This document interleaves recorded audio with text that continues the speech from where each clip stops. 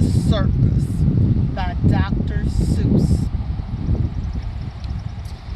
In all the town, the most wonderful spot is behind Sneelock's store in a big vacant lot. It's just the right spot for my wonderful plans, said young Maurice McGurk, if I clean up the cans. Now, a fella like me, said young Maurice McGurk, could get rid of this junk with half an hour's work. I could yank up those weeds and chop down the dead tree and haul off those old cars. They're just 2 or 3. And then the whole place would be ready for you to see. All ready to put up the tents for my circus. I think I will call it Circus McGurkers. The Circus McGurkers, the world's greatest show on the face of the earth or wherever you go. The Circus McGurkers, the cream of the cream. The Circus McGurkers, the circus supreme. The Circus McGurkers, colossal, suspenders, astounding, fantastic, terrific, tremendous. I'll bring in my acrobats, jugglers, and clowns from 1,033 faraway towns to the place that you will see them in, ladies and gents, right behind Sneelock's store in the Great McGurk tents. And I don't suppose old Mr. Sneelock will mind when he suddenly has a big circus behind. After all, Mr. Sneelock is one of my friends. He might even help out doing some small odds and ends, doing a little odd jobs. Or he could be some aid, such as selling balloons and the pink lemonade. I think 500 gallons would be about right. And then I'll be ready for opening night. What an opening night! What a night! What a sight! I'll hoist up the curtains, the crowds will come in, and my Circus McGurkers will promptly begin with a welcoming toot on my welcoming horn by my horn-tooting apes from the jungles of Jorn, where the very best horn-tooting apes are all born, 'cause the very fresh air there is fine for their lungs, and some of those fellas have 2 or 3 tongues.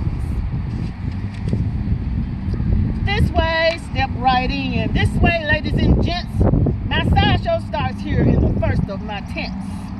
When you see what goes on, you will say no other circus is half the great circus of the Circus McGurkers is. Here on stage 1, from the ocean of off, is a sight most amazing, a walrus named Rolf, who can stand on one whisker, this wonderful Rolf, on top of 5 balls, 2 for tennis, 3 golf. It's a marvelous trick, if I say so myself. And on stage number 2, here is something quite new. From a country called From comes this drum-tummied snum, who can drum any tune that you might care to hum. Doesn't hurt him a bit, 'cause his drum tummy's numb. And you'll know now to meet Foon, the remarkable Foon, who eats sizzling hot pebbles that fall from the moon.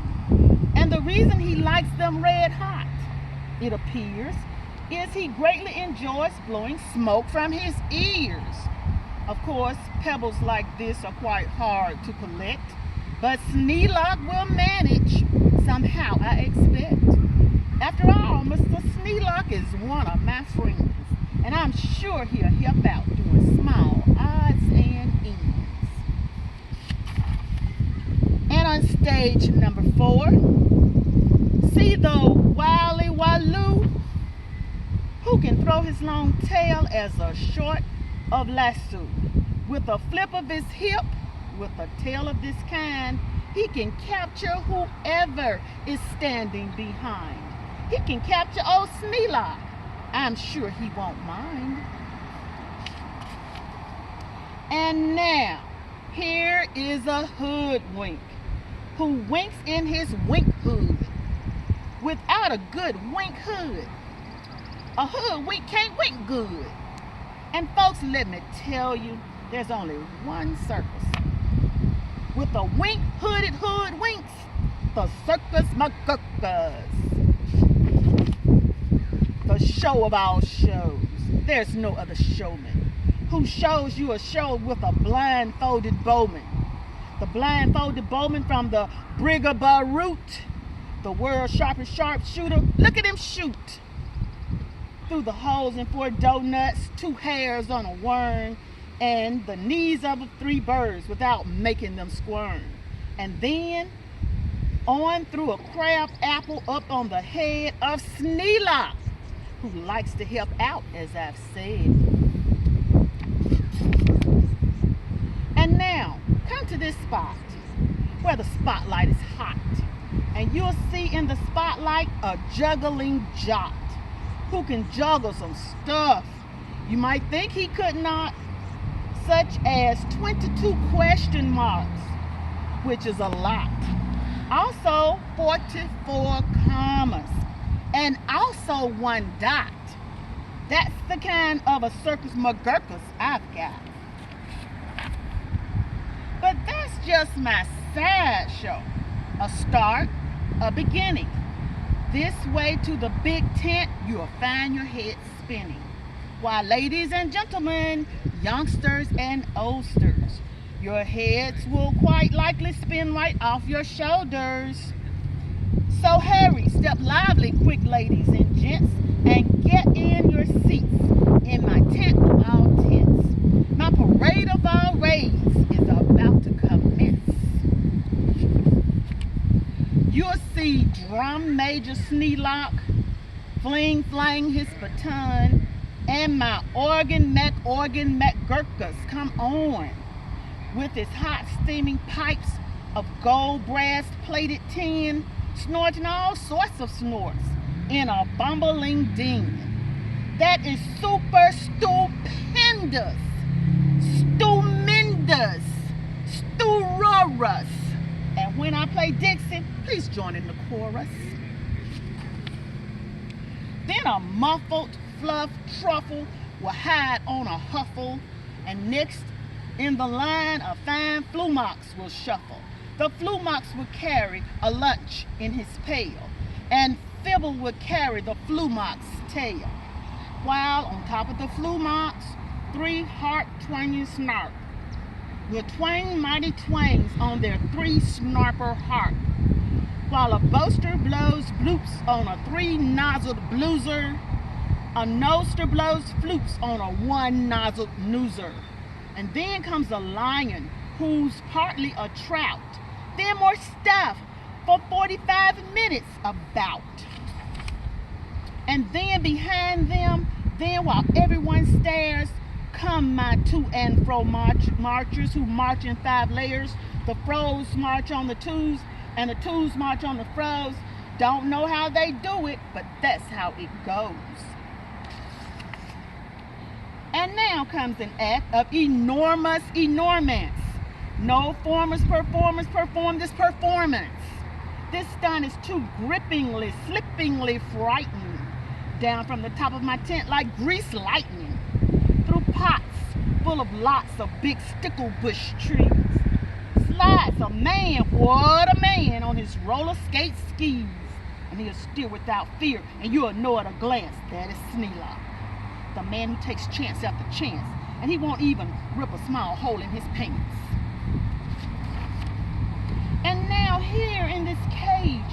is a beast most ferocious, who's known far and wide as the spotted atrocious, who growls, howls, and yowls. The most blood-curdling sounds, and each tooth in his mouth weighs at least 60 pounds. And he chews up and eats with the greatest of ease things like carpets and sidewalks and peoples and trees. But the great Colonel Sneelock is just the right kind of a man who can tame him. I'm sure he won't mind.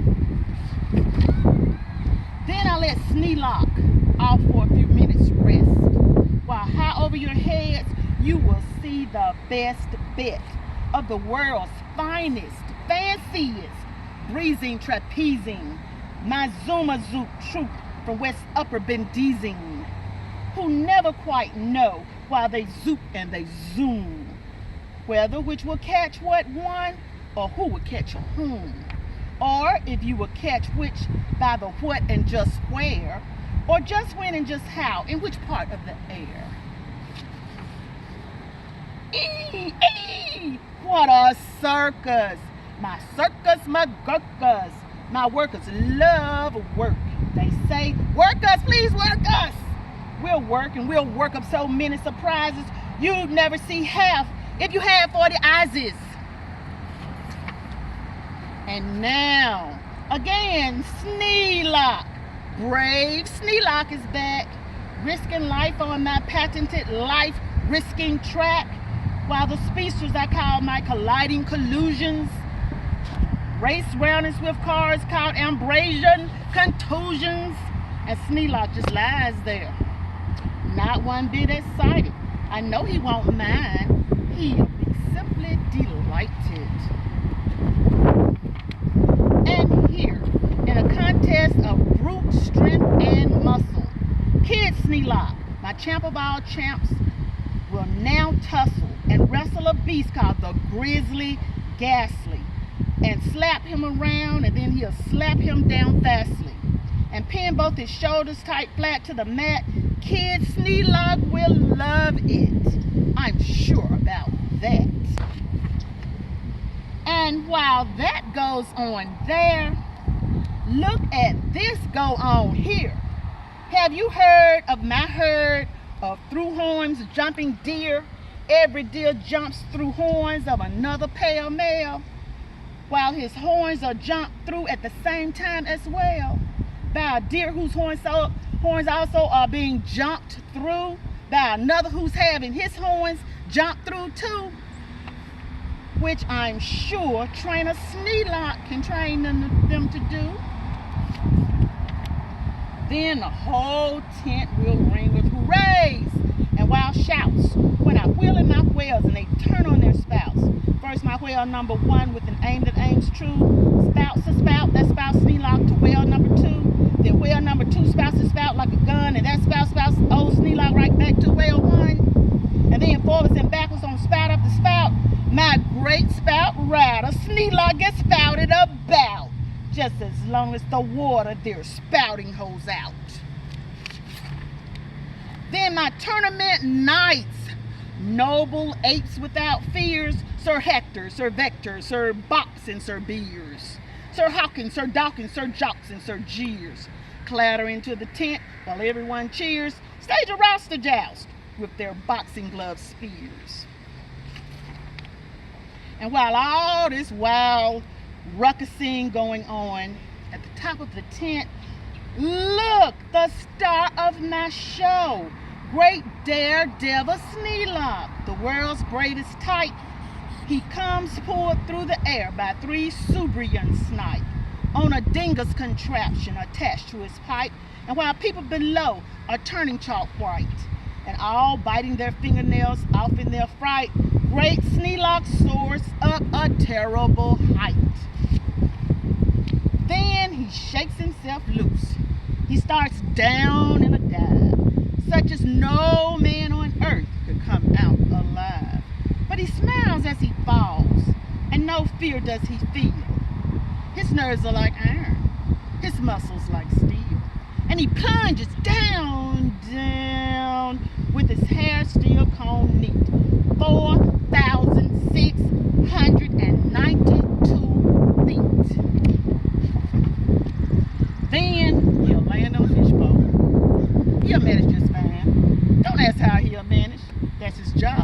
not mind. Why? He'll be a hero. Of course he won't mind when he find out that he has a big circus behind. Go, Sneelock.